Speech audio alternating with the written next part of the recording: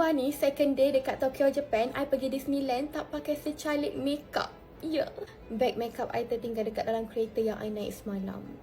I sangat-sangat bersyukur, Masya Allah, Tabarakallah, Allah tinggalkan benda ni dalam bag luggage I. Ni je lah penyeri muka I waktu tu. Kalau tak, muka I macam ni. Ini nampak kusam kan? This is after I apply.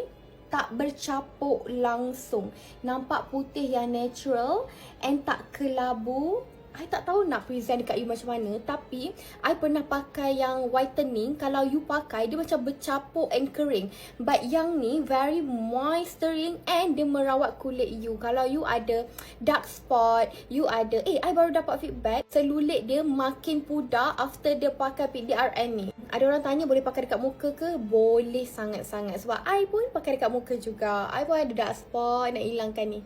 If you beli sekarang, Lutfa nak bagi cincin raya. Cuba tengok dekat beg kuning. Cuba tengok beg kuning. Tengok beg.